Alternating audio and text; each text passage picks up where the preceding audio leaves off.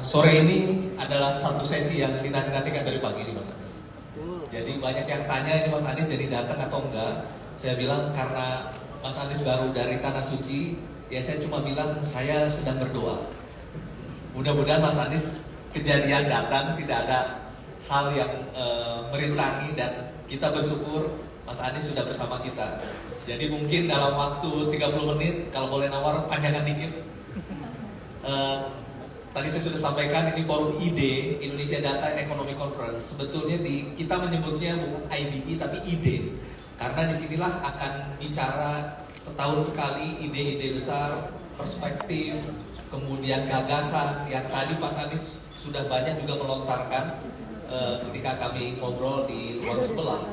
Saya kira ini kesempatan yang luar biasa karena kita semua tahu Pak Anies tentu menjadi tokoh nasional yang sedang menjadi perbincangan paling hangat juga sekarang ini menuju 2024. Jadi sekali lagi Pak Anies, terima kasih sudah hadir, dan saya kenal beliau cukup lama. Kebetulan kami satu alma mater di Fakultas Ekonomi Gadjah Mada.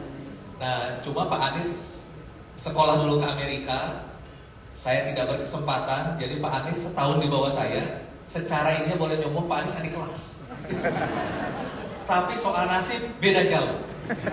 Jadi Pak Anies sudah menjadi malah melintang kemana-mana. Salah satu tokoh paling berpengaruh juga di dunia waktu itu, tokoh muda. Kemudian kita tahu langkahnya tidak perlu diceritakan lagi. Nah, sore ini kita ingin berbagi ide, gagasan dengan Pak Anies tentang apa yang dikerjakan oleh Pak Anies di Jakarta, kemudian apa yang bisa dikembangkan untuk di Indonesia. Nah, pertama-tama Pak Anies, ini bahwa majalah The Economist misalkan belum lama ini menulis Indonesia mungkin bersama India akan bersaing menjadi negara yang tumbuh paling cepat setelah China. Kemudian juga McKinsey dan Profesor Rubini dari Amerika meramalkan bahwa Indonesia mungkin tahun 2030 akan menjadi negara ke-6 atau ke-7 besar dunia. Kemudian juga Presiden Jokowi mencanangkan 2045 kita sudah menjadi negara 5 besar dunia. Nah, persoalannya adalah apakah benar itu akan kejadian dan di titik mana kita itu berada. Ini yang ingin kita gali berdasarkan pengalaman Pak Anies 5 tahun memimpin Jakarta, apa yang nanti bisa dibagi ketika mengangkat ini ke dalam level nasional. Nah, untuk mengawali itu kita tahu Pak Anies baru menulis beberapa waktu lalu di harian Kompas ya, sebuah tulisan dengan judul Meluruskan Jalan Menggelar Keadilan Sosial. Nah, kira-kira mungkin bisa diceritakan dulu pemikiran yang ditulis itu. Kita ingin dengar sekarang secara lisan. Mungkin lebih menarik daripada kita baca, kita dengarkan ada suaranya, ada tone-nya, ada emosinya, ada body language-nya. Silahkan Pak Anies, mulai dari situ. Terima kasih Mas Meta. Assalamualaikum warahmatullahi wabarakatuh. Selamat sore, salam sejahtera untuk semuanya. Selamat buat Kata Data, selamat buat Mas Meta. Memang ini Mas Meta, tadi kalau tadi tanya datang tidak gitu ya. Prinsipnya saya sering bilang lebih baik begini, lebih baik mendadak datang daripada mendadak batal. Pas yang gede kita nggak bisa datang. Tapi insya Allah kalau yang undang Mas Meta saya datang, karena tadi dibilang kami sebetulnya seangkatan, tapi saya tinggal kelas tahun jadi beliau di atasnya.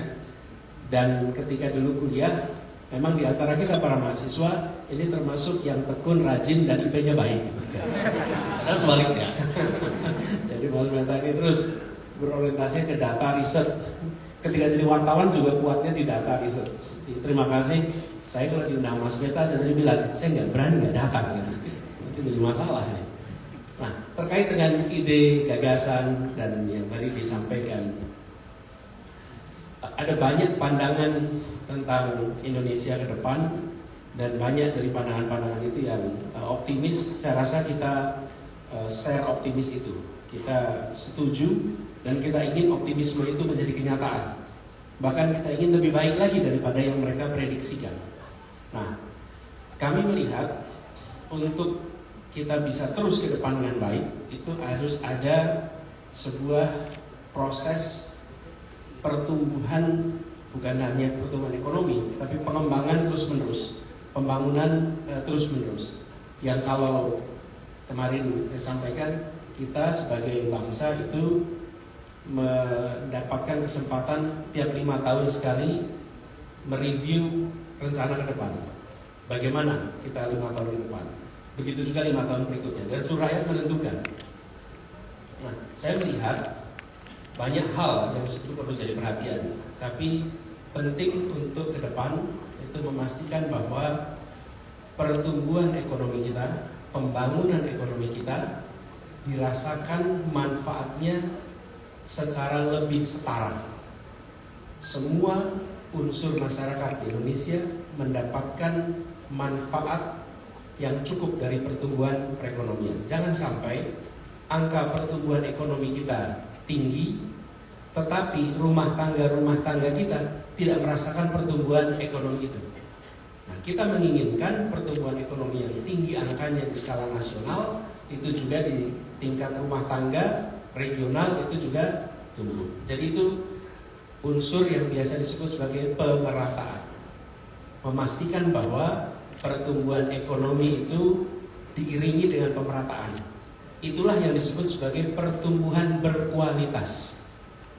Kuantitas dari pertumbuhannya nampak di angka, itu kuantitasnya. Kualitasnya ditentukan pada distribusinya.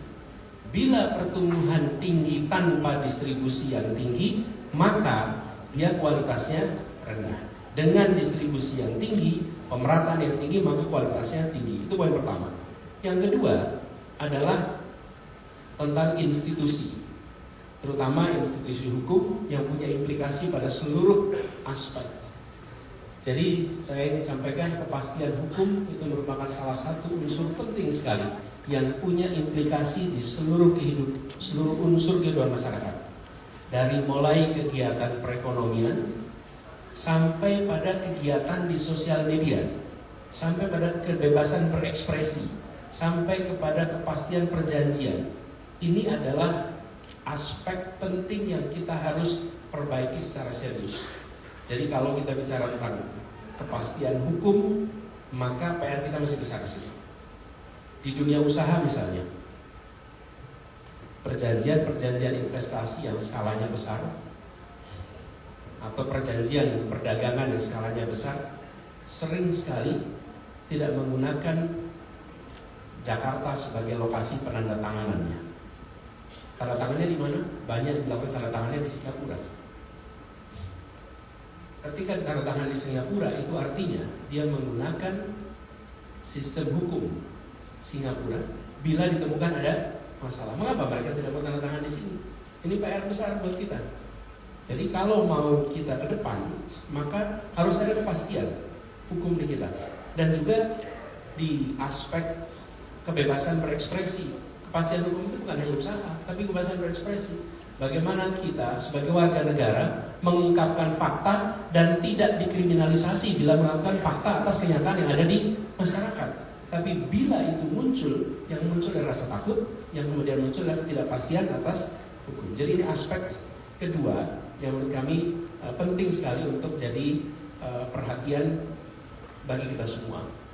Yang berikutnya adalah tentang kolaborasi, Mas Peta. Jadi bagaimana kerjasama itu dikedepankan untuk kita bisa membangun Indonesia lebih baik. Jangan sampai pemerintah, baik itu pusat maupun daerah, merasa bisa mengerjakan semua urusan sendirian. Kita harus melibatkan seluruh unsur masyarakat, baik terkait perekonomian ataupun kegiatan-kegiatan kebudayaan, sosial, dan aspek-aspek lainnya. Pendekatan kolaborasi ini harus kembali dinomorsatukan. Kalau bahasa lama kita dulu menggunakan istilah gerakan, movement. Kalau dengan istilah sekarang banyak menyebutnya istilahnya kolaboratif, kerja bersama. Nah, nanti saya bisa jelaskan apa yang kita kerjakan terkait dengan itu semua. Tapi kami melihat 3 aspek ini: pertumbuhan yang lebih merata, kemudian kepastian hukum, kemudian pendekatan kolaborasi di dalam semua aspek. Itu 3 dari beberapa hal penting yang perlu jadi perhatian. Terima kasih, Mas Beta. Oke, dari paparan awal Mas Anies menarik sekali bahwa growth saja tidak cukup. Kemudian orang memang sekarang bicara tentang sustainable and equitable growth. Jadi kualitas pertumbuhan sangat sangat ditekankan tadi oleh Mas Anies. Yang juga menarik ini mungkin tentang tadi disampaikan kepastian hukum. Nah ini mungkin Mas Anies juga bisa menanggapi karena mengusung isu perubahan. Nah kemudian orang di kalangan dunia usaha juga khawatir, waduh, ini nanti kalau Pak Anies jadi presiden, kemudian semuanya berubah. Bagaimana kemudian sanctity of contract? Bagaimana perubahan itu tidak kemudian mengacaukan apa yang sudah settle dan sifatnya sakral dalam hal kontrak. Mungkin Mas Anies bisa menyampaikan itu. Ya. Saya malah melihat begini, penting sekali kalau kita berada di dalam posisi pemegang otoritas untuk punya patokan di dalam mengambil sebuah keputusan. Kalau punya pegangan, maka you are predictable. Yang mengkhawatirkan di dalam pemerintahan itu kalau ada unpredictability, dan dunia usaha juga selalu akan khawatirnya pada unpredictability, sesuatu yang tidak bisa diduga.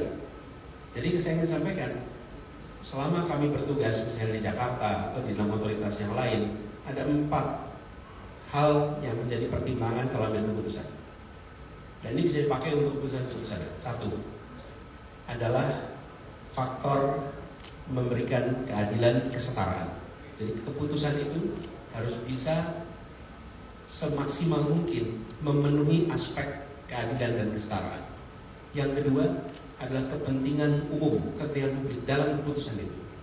Yang ketiga adalah ilmu, data, fakta. Itu bukan kata-kata nih. Jadi keputusan itu jangan meniadakan faktor data, fakta, sains. Yang keempat adalah aturan, regulasi, undang-undang yang ada. Nah, kami sering mengalami ketika di dalam proses pemerintahan itu urutannya sering dibalik, Mas Meta. Jadi ketika ambil keputusan itu dengan aturan dulu, undang-undang dulu, baru kemudian unsur yang lain. Nah, kami melihat harusnya dibalik supaya apa? Supaya terus-menerus kita akan bisa menghadirkan keputusan yang membuat kondisi kita lebih baik. Tapi kalau semuanya dimulai dengan taat aturan dulu, banyak sekali aturan yang ternyata di kemudian hari tidak lagi memberikan pemenuhan rasa keadilan, pemenuhan atas kepentingan umum, dan tidak sesuai dengan kondisi. Jadi 4 itu. Jadi jawaban saya terhadap ini, saya sampaikan predictability. Yang kedua adalah tidak mungkin bisa melakukan continuity saja, dan tidak mungkin hanya bisa melakukan perubahan saja. Ada 4 lagi nih. Kami selalu sampaikan apa yang harus diubah. Yang kedua apa yang harus diteruskan. Yang kedua apa yang harus dikoreksi. Yang ketiga apa yang harus dibuat baru. Dan yang keempat apa yang tidak perlu diteruskan. Selalu ada 4 hal. Jadi ada unsur continuity, ada unsur change. Lalu sekarang saya tunjukkan kasus Jakarta. Kami bertugas di Jakarta. Ketika kami bertugas, ini bukan gubernur pertama. Sebelumnya sudah ada gubernur-gubernur sebelumnya. Sebelum saya Pak Jarot, sebelum Pak Jarot Pak Basuki, sebelum Pak Basuki Pak Jokowi, sebelum Pak Jokowi Pak Fauzi Bowo. Di situ ada continuity and change. Jadi kebijakan-kebijakan itu. Maka bagi yang mengkhawatirkan tentang besok ini, sebaiknya lihat rekam jejak. Kekuatan paling kuat kekuatan yang paling tinggi untuk menyampaikan prediksi adalah past record masa lalu. Nah, saya ingin tunjukkan ketika di Jakarta hal-hal yang sudah dikerjakan diteruskan dengan modifikasi, diteruskan dengan pembaharuan, dan itu yang kita kerjakan. Nah, kebaruan-kebaruan itulah yang memberikan nuansa perubahan. Jadi beri contoh mungkin Pak Anies. Misalnya teman-teman sekalian lihat transportasi umum di Jakarta. Transportasi umum bukan barang baru, sudah ada di Jakarta lama sekali. Lalu ketika era kami bertugas di Jakarta, transportasi umum yang sudah banyak itu diintegrasikan menjadi satu sistem transportasi umum namanya Jaklingko. Itu perubahan? Iya, perubahan. Karena pendekatannya kolaborasi. Ini yang saya ingin sampaikan, Mas, kolaborasi. Jadi ketika transportasi umum di Jakarta itu lebih dari 25 operator yang bekerja di Jakarta. Teman-teman biasanya ingat namanya dulu ada Metro Mini, ada Kopaja, ada apa lagi itu? KWK, ada Mikrolet dan lainnya. Itu adalah koperasi-koperasi semua. Itu lebih dari 25 operator. Mereka masih eksis tidak sekarang? Masih. Tapi brandnya namanya Jaklingko.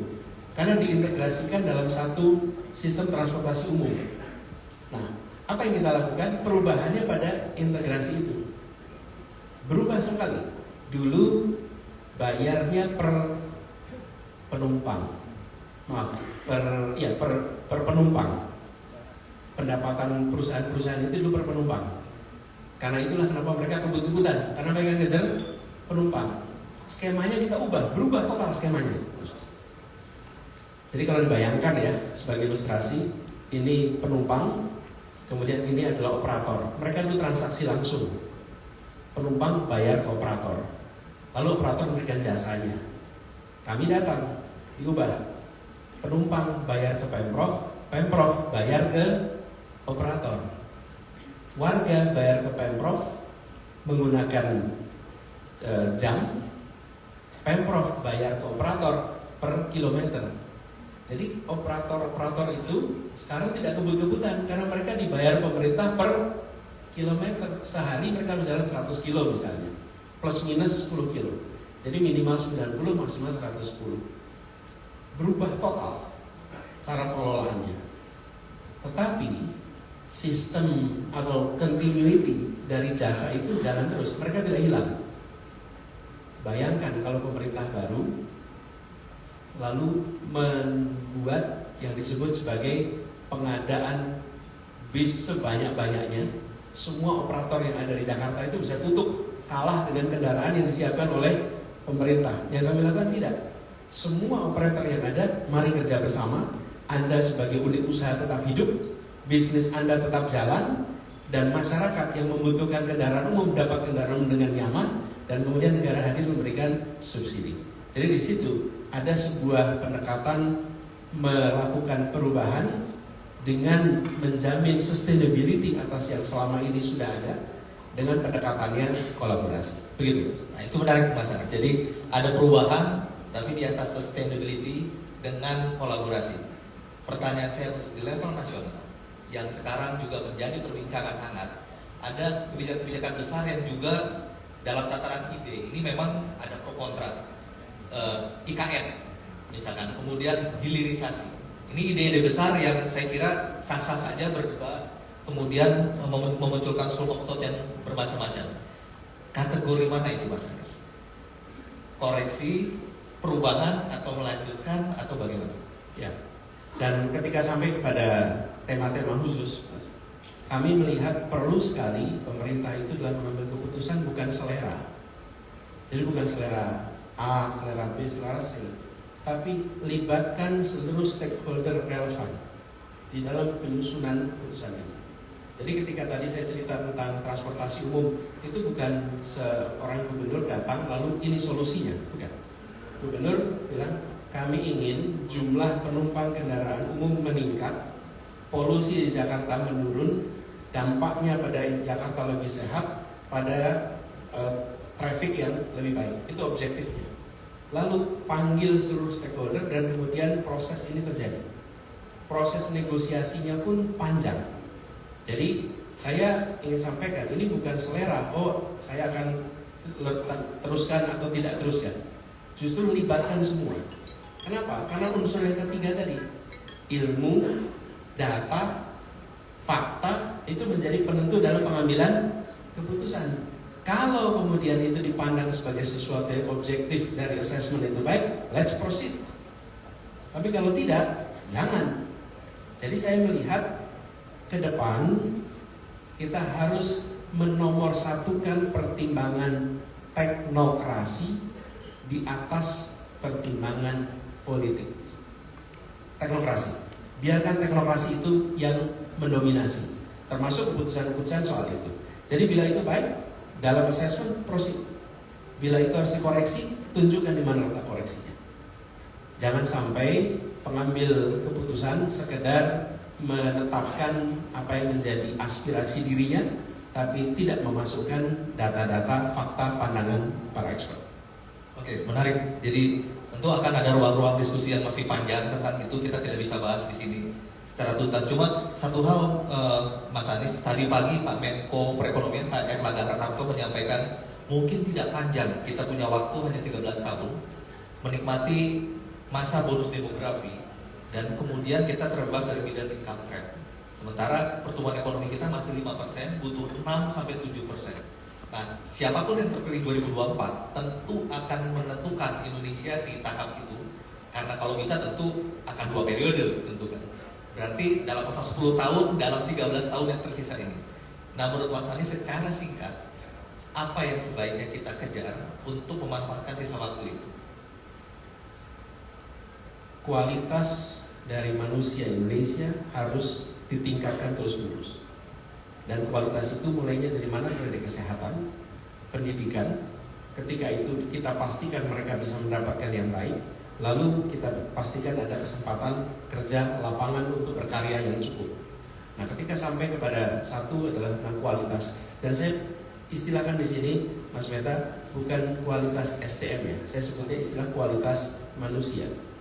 Sebagai manusia utuh, bukan semata-mata sebagai faktor produksi dalam sebuah kegiatan perekonomian. Nah, ini membutuhkan peningkatan pelayanan kesehatan untuk seluruh rakyat, dari mulai dalam kandungan sampai mereka tumbuh berkembang. Indikasi-indikasinya gampang, kita lihat statistiknya, dari mulai soal ibu melahirkan, tingkat kematian itu harus serendah mungkin, kalau bisa 0. Lalu kita bicara tentang angka pertumbuhan anak dari mulai usia 0 sampai dengan usia 5 tahun, 10 tahun itu tumbuh sehat. Ini penting sekali karena efeknya di jangka panjang. Lalu yang kedua adalah pendidikan. Pendidikan mendasar sekali. Satu, akses. Akses ini indikasinya sederhana. Jumlah bangku SD kelas 1 harus sama dengan jumlah bangku SMP, SMK kelas 12. Jadi kelas 1 bangkunya sama dengan kelas 12. Karena kalau jumlah bangkunya tidak sama, maka banyak orang hilang di jalan. Nah, hari ini bangku kita belum sama. Jumlah bangku SD kelas 1 dengan jumlah bangku SMA, SMK kelas 12. Ini bukan salah 1-2 tahun, ini bukan. Ini adalah proses perkembangan kita. Memastikan itu ada. Yang ketiga adalah aspek kualitasnya. Terjadi peningkatan kualitas guru sehingga proses pendidikan kita menjadi jauh lebih baik lagi. Ini mendasar. Lalu ketika sampai pada aspek mereka sudah sehat, terdidik, maka fase kedepannya adalah memastikan ruang berkaryanya cukup atau tersedia. Dan itu artinya pertumbuhan dunia usaha didorong lebih besar lagi. Dan saya melihat dari pengalaman kami di Jakarta, pemerintah itu harus merangsang agar pasar membesar dan unsur-unsur masyarakat yang belum masuk di dalam pasar itu didorong untuk bisa masuk ke pasar. Lalu pemerintah mengurangi kegiatan usahanya di dalam pasar, tapi biarkan private sector yang dominan. Jadi BUMN itu menjalankan peran pembangunan, tapi biarkan pertumbuhan perekonomian, kegiatan perekonomian sebisa mungkin dikerjakan oleh korporasi, oleh pasar. Karena itu akan punya potensi pengembangan yang jauh lebih besar lagi. Next, sedikit belok ke politik. Karena ini pasti ramai. Pertama adalah 2024 tentu ada selain pertarungan ide, juga pertarungan banyak hal. Mungkin Pak Anies sendiri bisa menjelaskan ada satu label yang selalu diterakan ke Pak Anies, meskipun saya kenal lama sekali dengan Pak Anies. Itu adalah kok Pak Anies ini tidak selaras dengan asas pluralisme misalkan gitu. Nah, mungkin bisa dijelaskan bagaimana sih sebetulnya yang ada di pemikiran Pak Anies tentang label itu. Jadi ketika ada pelabelan, saya cenderung untuk tidak menjawab dengan kata-kata, tapi cenderung untuk menjawab dengan kenyataan. Ini adalah air minum kita nih Mas Beta di sini. Air minum kita. Dan kalau air minum ini kemudian ada yang pegang mikrofon di depan sana bilang hati-hati ini air keras, maka saya akan bilang ini air minum, air bersih. Tapi lalu kata dia dengan kata saya terhadap air ini. Jadi cara paling efektif untuk membuktikan bahwa ini adalah bukan air keras adalah dengan mengambilnya dan meminumnya. Ini bukan air keras. Jadi ketika tuduhan itu begitu besar disampaikan di 2016-2017, saya cuma berdoa semoga Tuhan memberikan umur panjang sehingga ketika saya bertugas di Jakarta, saya bisa menunjukkan apakah Jakarta menjadi sebuah kota yang anti pluralisme. Apakah Jakarta menjadi kota yang tidak menghormati kebajukan? Apakah Jakarta diskriminatif terhadap yang minoritas? Apakah Jakarta tidak memberikan bantuan minoritas? Yang terjadi, Jakarta justru memberikan ruang kepada seluruh unsur yang ada di kota ini. Jadi ini yang terjadi, sehingga kalau itu bisa dilihat bagaimana seluruh unsur masyarakat yang membutuhkan perhatian negara dan secara jumlah sangat sedikit justru negara hadir. Saya beri contoh, masyarakat Hindu Tamil berpuluh-puluh tahun menginginkan rumah ibadah, tidak pernah bisa dapat. Alhamdulillah sekarang mereka pertama kalinya punya rumah ibadah di Indonesia, di Jakarta. Ini pertama kali dan terbesar. Lalu saya beri contoh, masyarakat Nasrani merayakan menuju Natal. Sekarang ada Christmas Carol di jalan-jalan utama. Sebagaimana kalau malam Lebaran yang Muslim mengadakan takbiran di jalan-jalan. Dan apa yang terjadi? Ruang untuk berekspresi bagi seluruh kelompok masyarakat itu diberikan.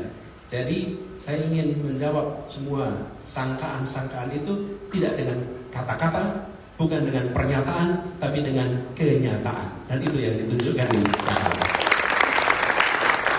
Luar biasa. Aduh, waktunya saya didesak waktu. Bebas. Kalau dari sisi saya sih nggak ada masalah. Oh, nggak masalah. Menarik nih sampai subuh gitu deh. Kemudian Mas Anies juga ini kan kita juga tahu bahwa dalam perbincangan terakhir itu bicara tentang orang menunggu sampai mungkin September Oktober nanti adalah siapa sih yang akan mendampingi Mas Anies ini nanti maju. Kira-kira Bapak Ibu setuju kan kalau kita tanya ya? Mau nyebut nama boleh, alhamdulillah. Tapi kalau nggak nyebut nama kira-kira kriteria konsep atau apa gitu, Mas Anies? Ada usulan di sini. Saya masalahnya kurang pintar waktu kuliah. Kalau saya pintar, saya melamar di Mas Anies. Monggo silakan. Kira-kira seperti apa? Iya. Kalau mikir kayaknya rada-rada Dalam lebih gini, teman-teman.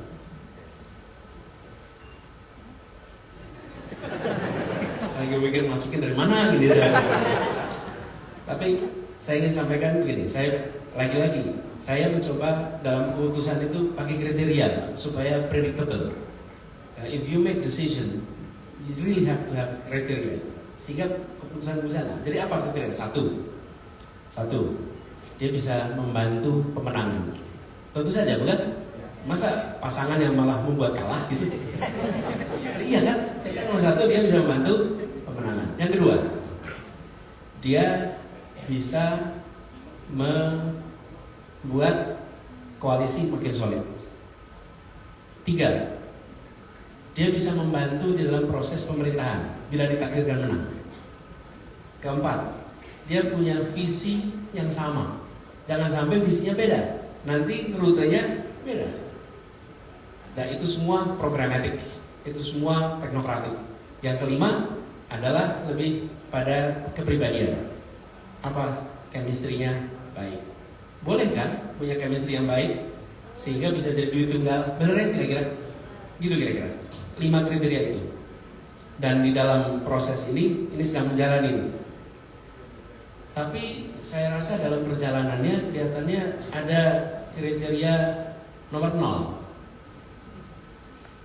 Ya itu dulunya saya tidak memasukkan itu, yaitu tak bermasalah. Iya, tak bermasalah. dan berani, tak bermasalah. Karena kalau ada masalah mudah sekali kesandung sekarang ini, mudah sekali. Jadi kriterianya 5, terus muncul kriteria ke 0, tak punya masalah, tak bermasalah. Karena ternyata itu faktor yang sangat penting. Karena kalau tidak kepleset-pleset sepanjang jalan, gitu Mas. Nah, siapa namanya? Nah, ini dia.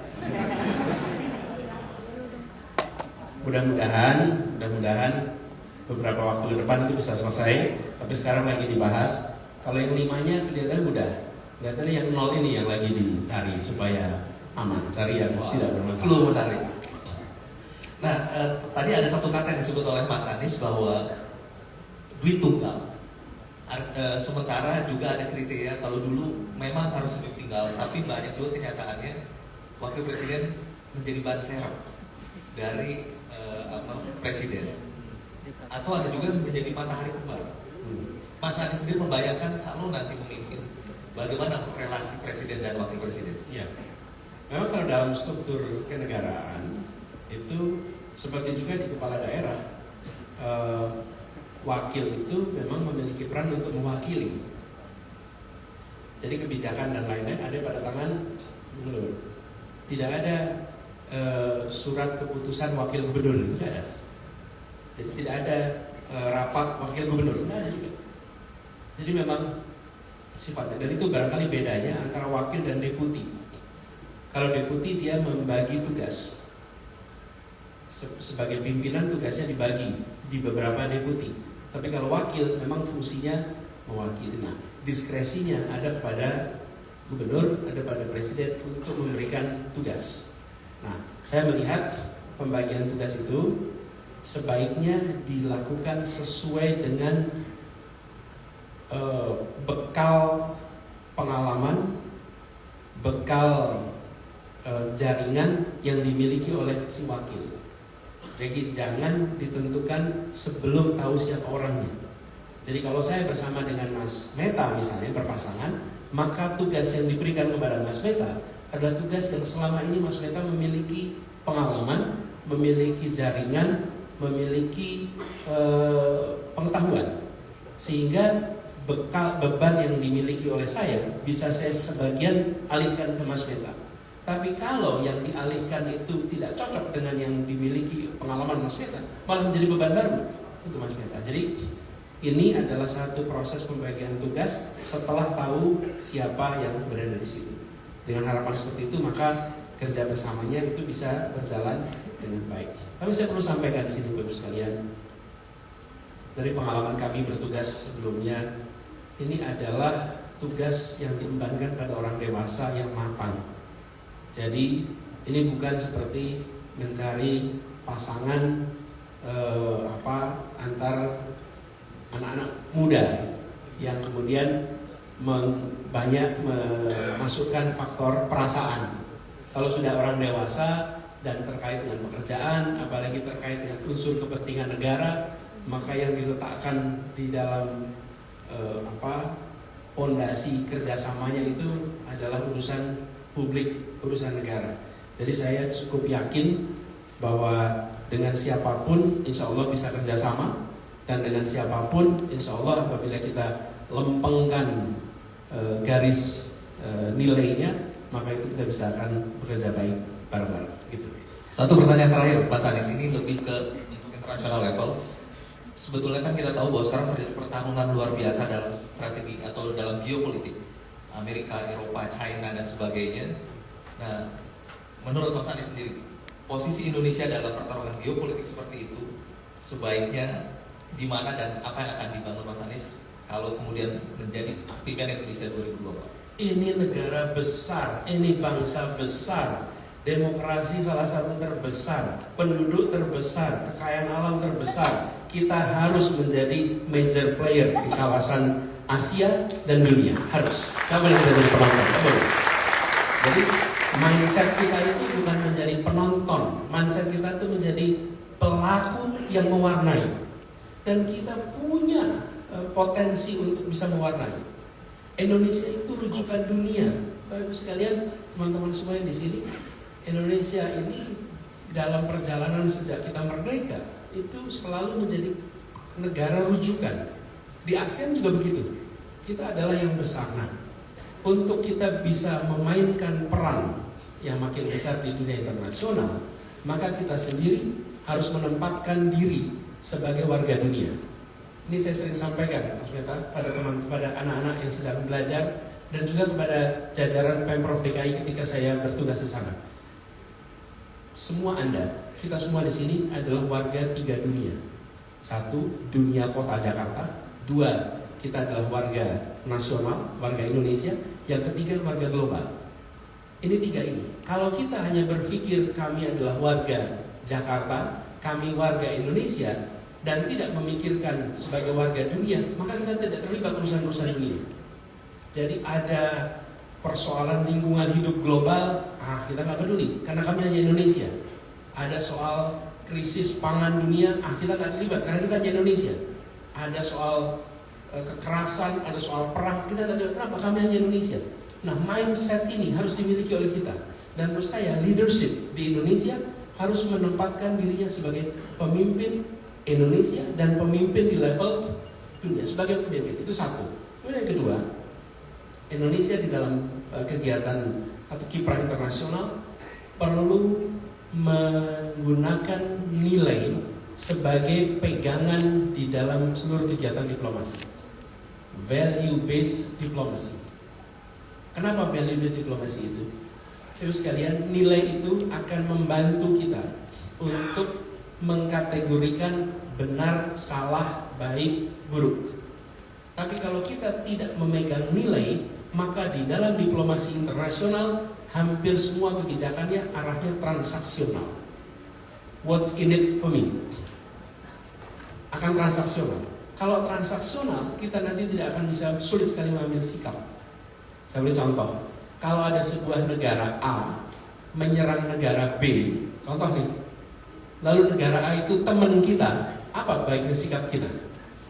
Kalau kita value based, kita akan bisa bilang, you are my friend, but you know what you're doing is wrong. Please don't do it. Okay? Tapi kalau kita tidak punya nilai itu, maka apa yang terjadi? Because you are my friend, I let you do it.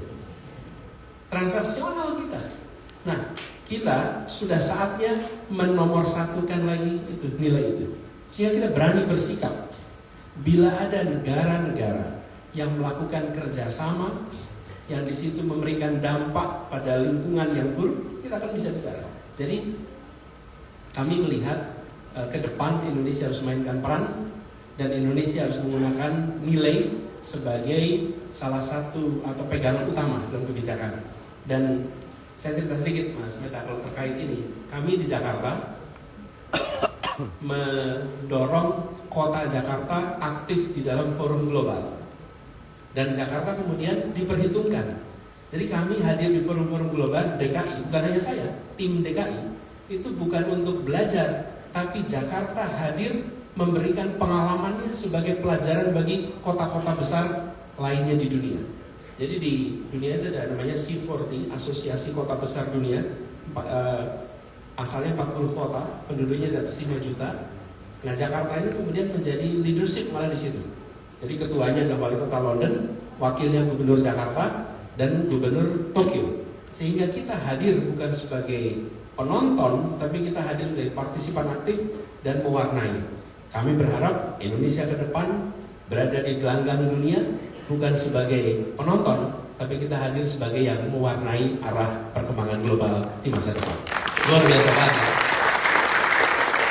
Terima kasih atas jawaban-jawaban dan perspektif yang diberikan. Itu masih banyak yang ingin saya tanyakan. Floor juga ingin banyak bertanya, cuma karena waktu kita tidak bisa lebih panjang lagi. Di sini sudah hadir Pak Tony Menas. Terima kasih sekali. Yang akan membagi insight-nya, beliau adalah seorang CEO yang luar biasa. Malang melintang, kita ingin juga mendengarkan dari Pak Tony Menas.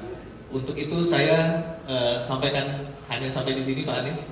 Mudah-mudahan di lain waktu bisa berbagi ide kembali, dan kita berikan big applause untuk Pak Anies Baswedan. Terima kasih, Pak Anies. Terima kasih banyak Bapak Anies Baswedan atas waktu yang telah diberikan. Mohon kesediaan untuk tetap berada di atas panggung, Pak, karena kami akan memberikan apresiasi yang akan langsung diserahkan oleh Bapak Meta dan Mas Saputra selaku CEO and co-founder Kata Data. Sekali lagi hadirin, mari kita beri tepuk tangan yang paling meriah untuk Gubernur Provinsi DKI Jakarta periode 2017 hingga 2022 Bapak Anies Rashid Baswedan.